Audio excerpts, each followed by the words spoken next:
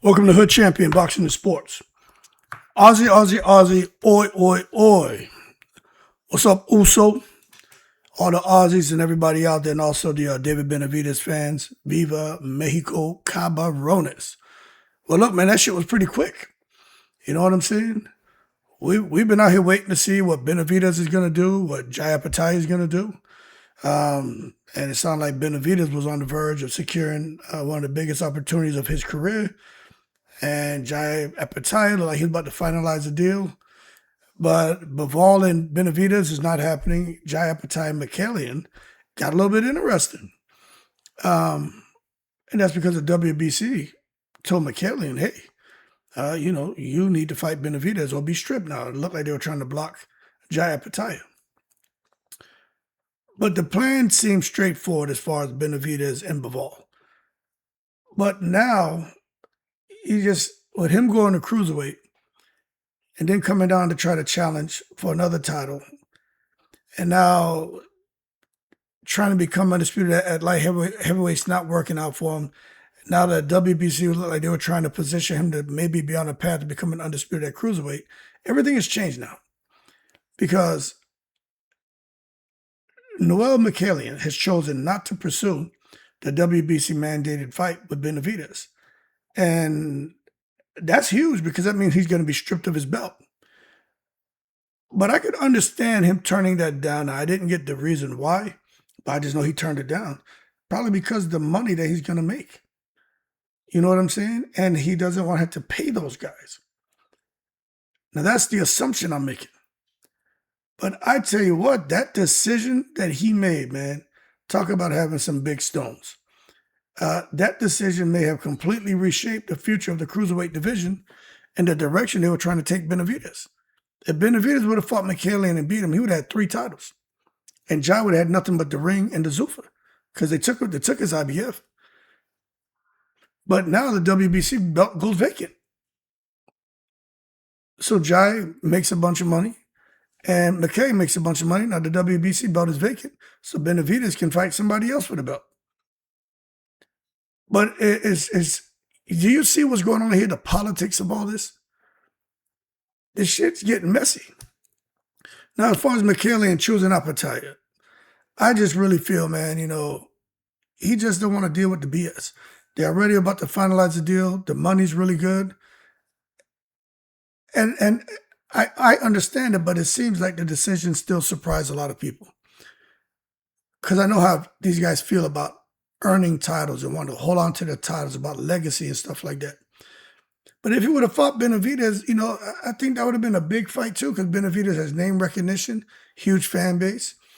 And maybe the financial upside would have been great, but I just have a feeling he'd get more money facing Jai.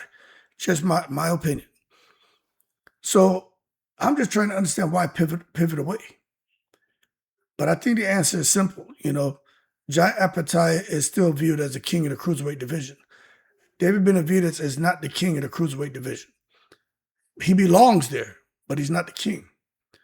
And even though sanctioning-body politics and organizational changes have complicated the championship picture at cruiserweight, it really sucks right now.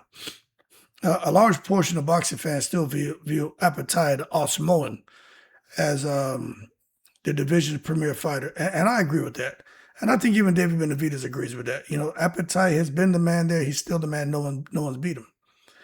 But if somebody can beat Opetaia, that's going to provide something that money can't buy. Real credibility. If someone can beat the All-Samoan, the big Uso, they get immediate credibility.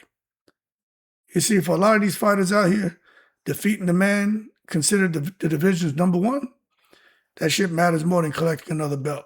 Now, for Jai Opetaia, he's still the man everybody has to chase. You can't go to the cruiserweight. Even if David Benavidez gets the WBC belt and gets an IBF belt and he's undisputed, nobody going to give him no real credit until he fights Jai Opetaia. So what's stopping this fight, man? Jai Opetaia is one of the most respected fighters in boxing, despite all the belt confusion and political bullshit. Fans continue to praise him. They know what he brings to the table. He's tough. He's technical. Body punching, man. High pressure.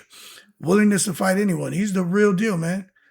And that's why that fight with Mikaelian's receiving so much attention. It's not just a title. It wasn't going to be just a title defense. It would have determined who truly sits at the top of the division. If Mikaelian could beat Jai Opetaia, Mikaelian's the man. Because he would have beat him. He would have picked up the ring belt, and he would have got the Zuffa belt. So it's a pretty big damn deal. Now, as far as Benavidez, he's in the breeze now. No Bivol. Doesn't want to fight Opetaia. I don't know why. Just fight Opetaia. Mikaelian said no. So Benavidez got to figure it out. You see what I'm saying? The fans are suffering, but the fighters are suffering. But Benavidez just needs to fight Opetaia. You at cruiserweight, fight him. Forget the WBC belt. Go after that ring belt. Turkey al-Sheikh, when Turkey's in the house every day is Thanksgiving, he'll make the fight. So I don't know what Benavidez is going to do, but he got to be frustrated too. I know his supporters are sitting there looking at this shit like, okay, what the hell's going on now? Because some of his supporters are starting to say Benavidez putting duck sauce on the carne asada. They say he putting duck sauce on here like he's trying to avoid the Jai fight. But then some like, now we want to see him challenge for another championship belt first. Well, how about this? Jai Opetaia has the ring belt. That's the one that everybody says matters. So fight for that. But instead of that, we're getting delays. You know what I mean? And now Benavidez is out here waiting on sanctioning bodies, rulings, and who's going to be, him. And I guess that he's going to fight for the WBC belt, but who's going to be his opponent? Matter of fact, let me see if we may be able to figure that out right now. Okay. Yeah, let's look at this. So this right here is you got Benavidez. So for the WBC, Michael Chislak, he may be elevated to WBC World Cruiserweight Champion. And then Benavidez would fight him since he was made the mandatory. So, it looks like Benavidez is still going to get an opportunity to fight. But I don't know what they're going to do, but it just sucks, man. Maybe he pursues other opportunities. Maybe he says that's not the fight he wants. I don't know what's going to happen. But the momentum towards undisputed cruiserweight status just looks much different and less direct than it did only a few weeks ago. You know what I'm saying? I got to trim the hairs out my goddamn nose. That's what when you get old, you start growing hair in your ear, hair in your nose and shit. But I'll be honest with you, I don't know. I'm surprised, but I ain't shocked because with all this political crap going on, I mean, I'm not saying I predicted it, but I'm not shocked. I am surprised. Benavidez is a dangerous opponent. He's a big name. We know what he brings to the ring. The pressure, the conditioning, the volume punching, very physical. But I just don't get it. I mean, anyone who fights Benavidez is dealing with a high risk. He's going to stress you out. He's going to be difficult to beat. But that's the same thing for somebody like Jai Opetaia. Now, as far as Mikaelian choosing to pass on Benavidez, I don't know why. Again, I'm thinking it's the money. I don't think he sees Benavidez as a more difficult fight. I just don't see it that way than Opetaia. But there's a lot of perception forming, and that's driving boxing narratives. So the good thing is Opetaia is still active. Still going to be fighting. If he beats Mikaelian, I mean, the fight's building. Him and Benavidez, that fight's building.